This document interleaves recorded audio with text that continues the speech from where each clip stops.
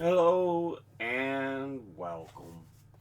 My name is Alan, and we are back with more Diary of Anne Frank.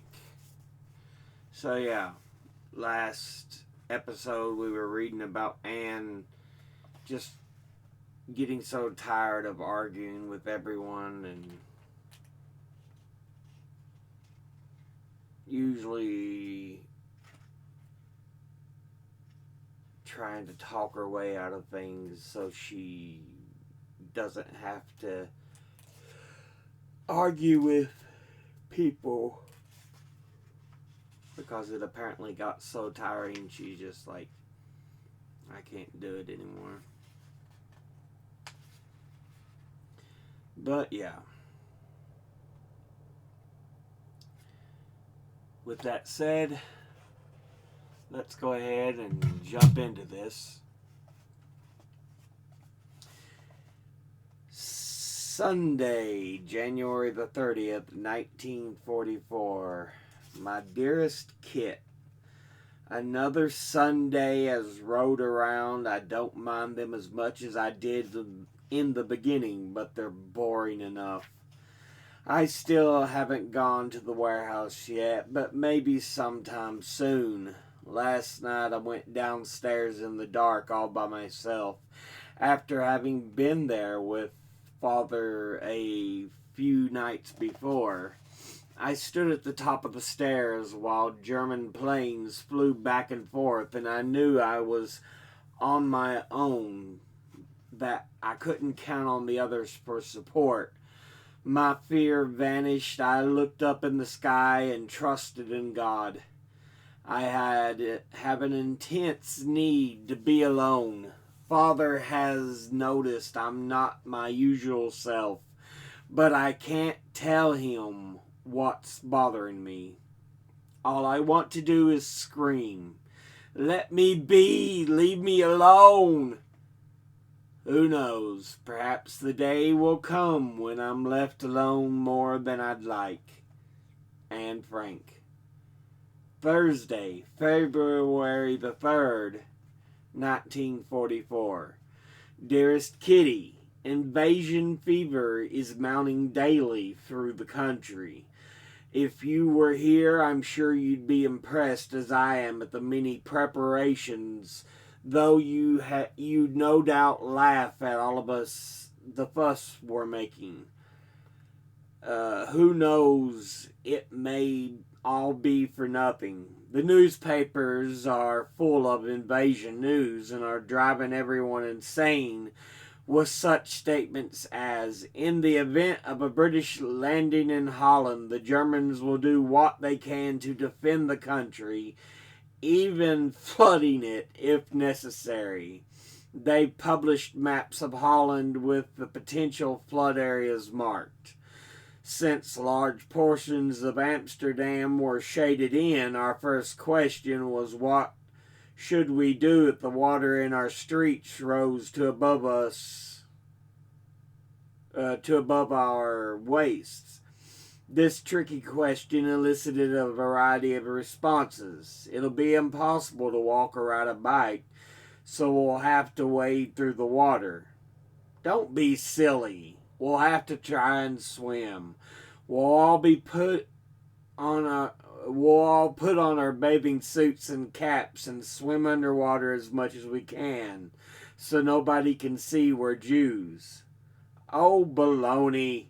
I can just imagine the ladies swimming with the rats biting their legs.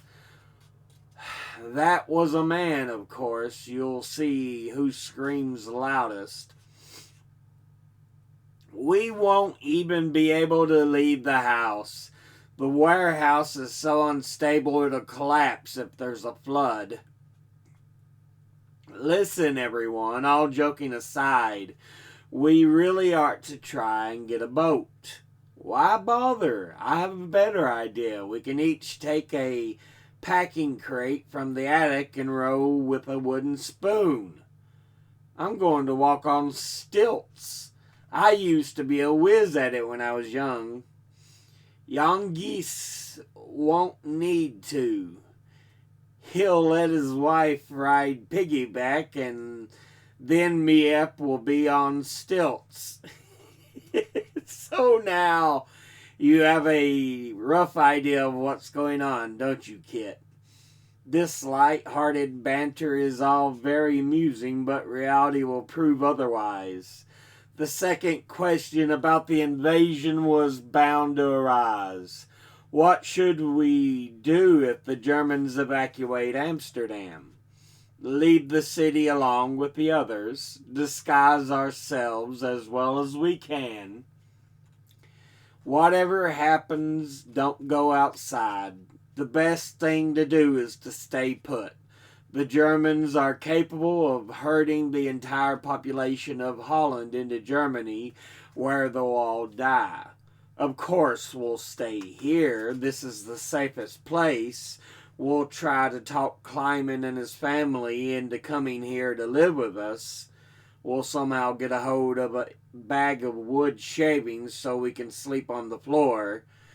Let's ask Miep and Kleiman to bring some blankets just in case, and we'll order some extra cereal grains to supplement the 65 pounds we already have.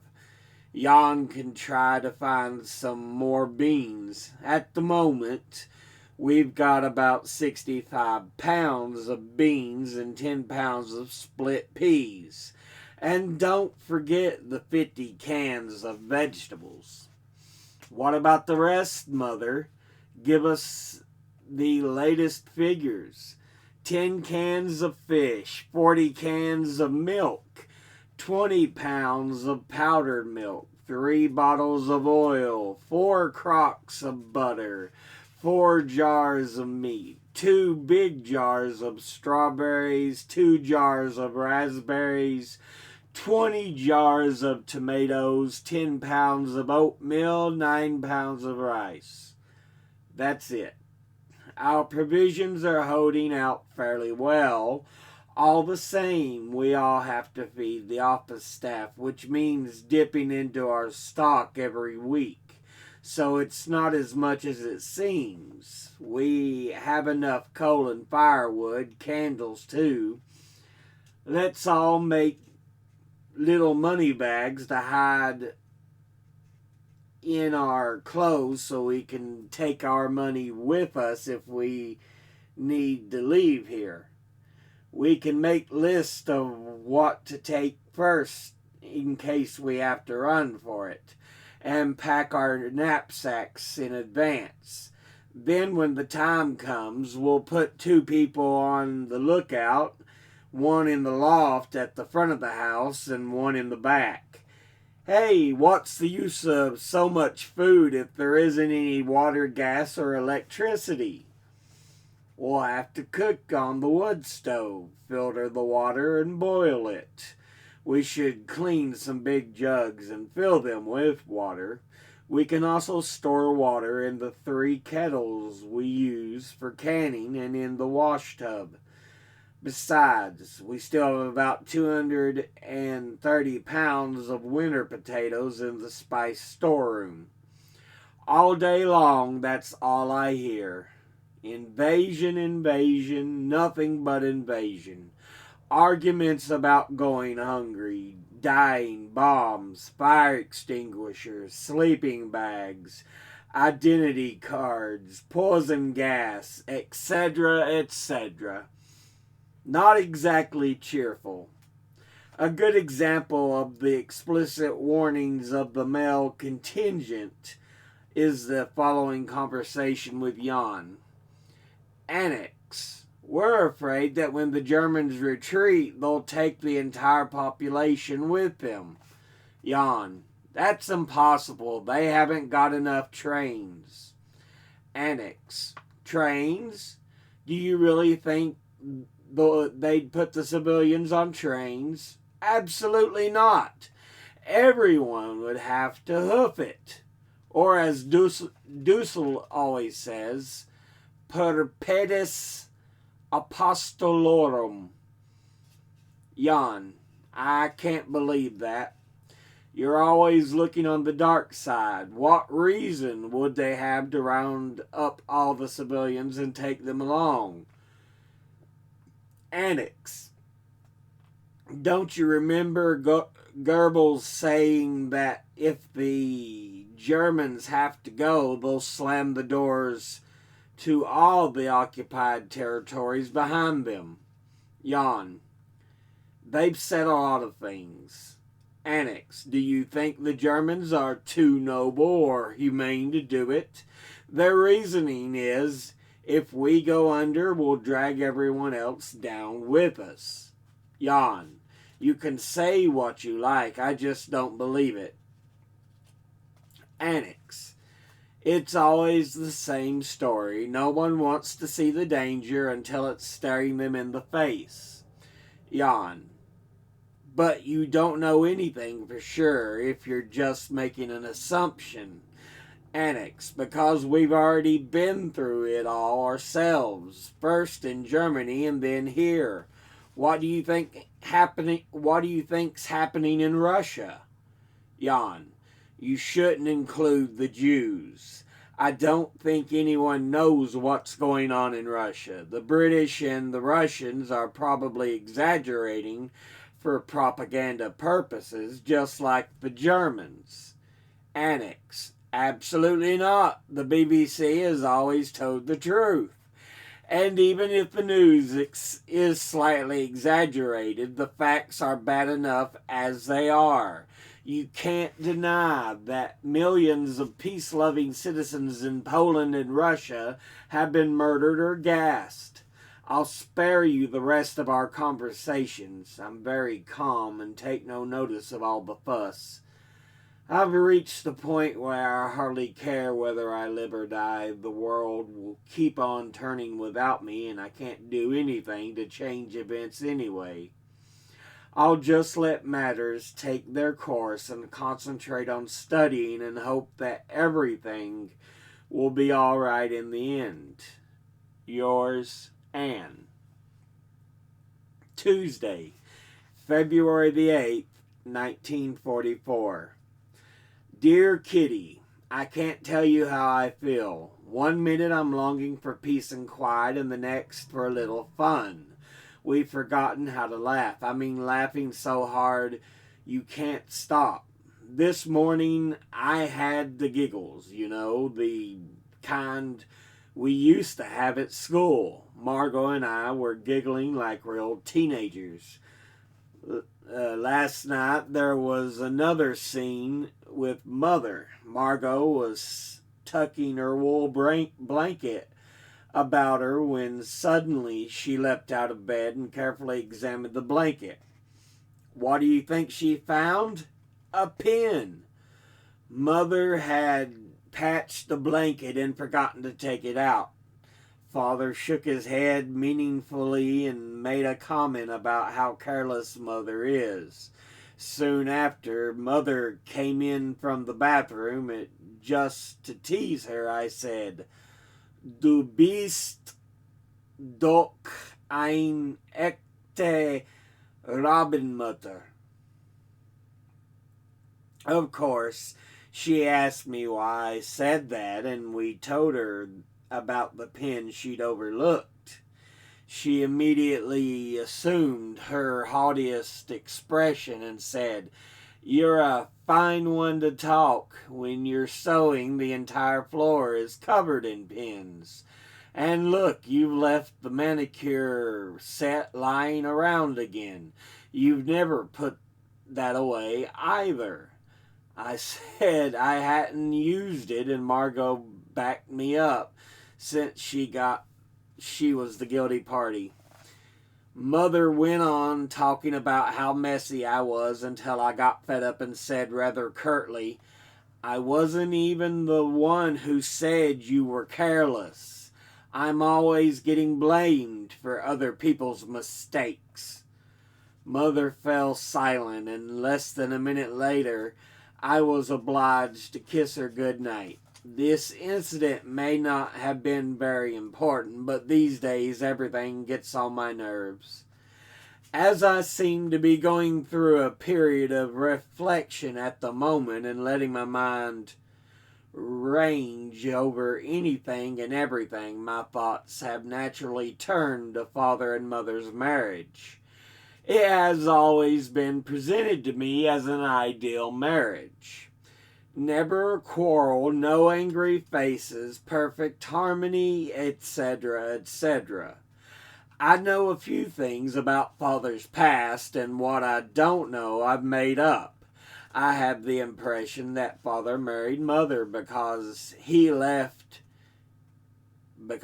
felt she would be a suitable wife.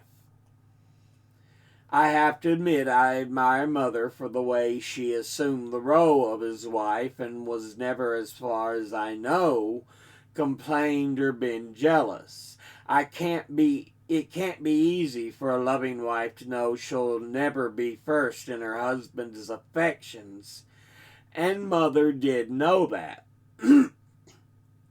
Father certainly admired Mother's attitude and thought she had an excellent character. Why marry anyone else? His ideas had been shattered, and his youth was over. What kind of marriage has it turned out to be? No quarrels or differences of opinion, but hardly an ideal marriage.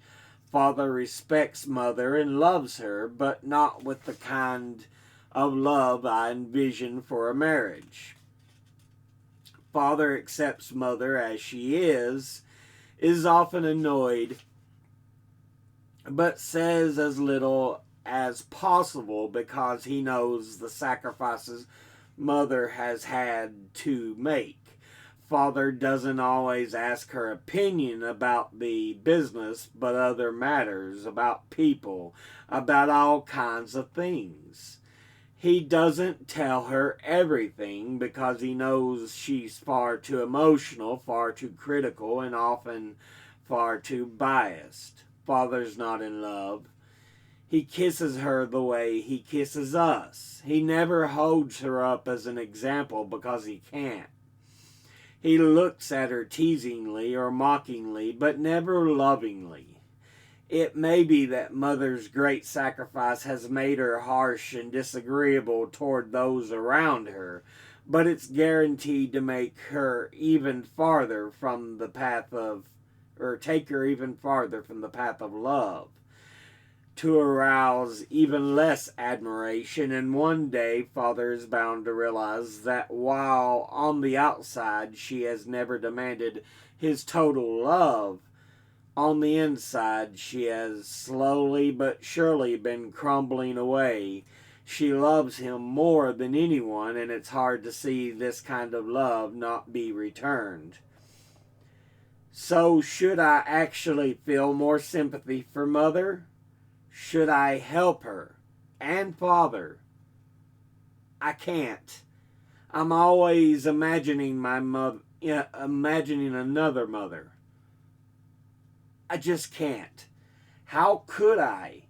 She hasn't told me anything about herself, and I've never asked her to. What do we know of each other's thoughts? I can't talk to her. I can't look lovingly into those cold eyes. I can't. Not ever. If she had one quality an understanding mother is supposed to have, gentleness or friendliness or patience or something, I'd keep trying to get closer to her. But as for loving this insensitive person, this mocking creature, it's becoming more and more impossible every day. Yours, Anne. We'll go ahead and end this episode there, though. Losing my voice for the day. But yeah. So, Anne's really struggling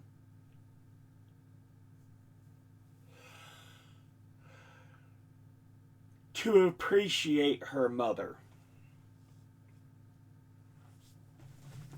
Um, her mother, as far as in her eyes, she can't find herself in any way to love or appreciate her.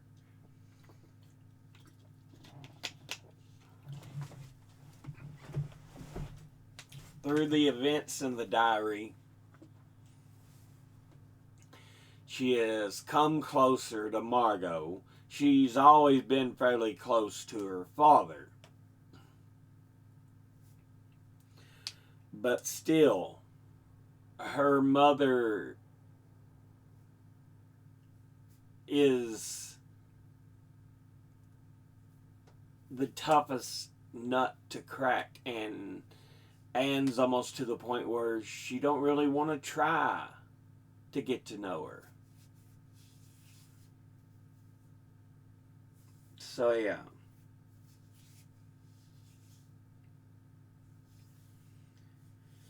And in an earlier diary entry we read in this episode, there's of course fear that the British invasion is coming.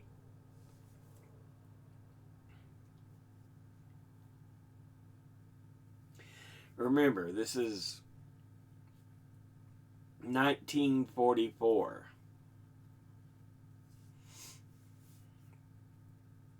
So, the Germans are trying to fight off the British and the Russians.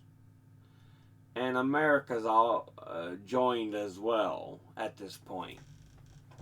Though they're not seen as big of a powerhouse yet, it's still Britain's world. At this point, they're still the superpower.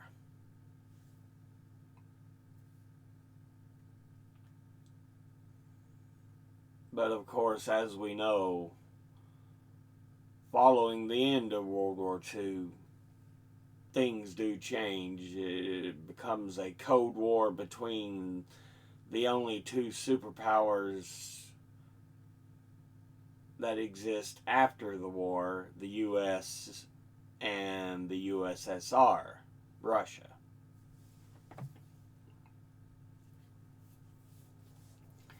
So yeah. But up to this point, Russia's considered the powerhouse. The ones that, if it's going to be anybody, it'd be, or not Russia, but the Britons are considered the powerhouse. If it's anyone that's going to manage to invade, it's going to be Britain.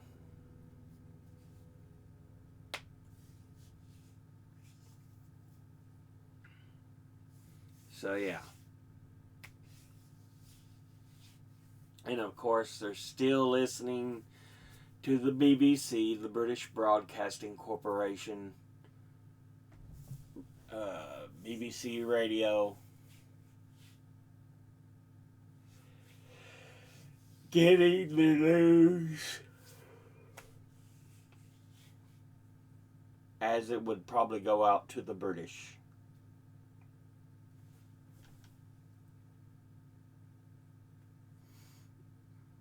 Now, of course, it isn't going to be necessarily fully and honestly truthful, because you don't want to send the, if the people in Amsterdam, Holland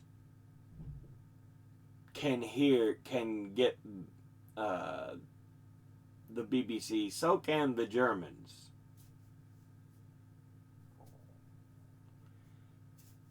So yeah, you don't want to give away all your plans and tactics. So a lot may be hidden, or there may even be covert lies laid inside the news.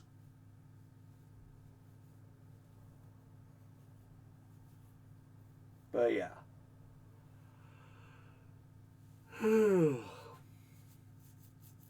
It's interesting.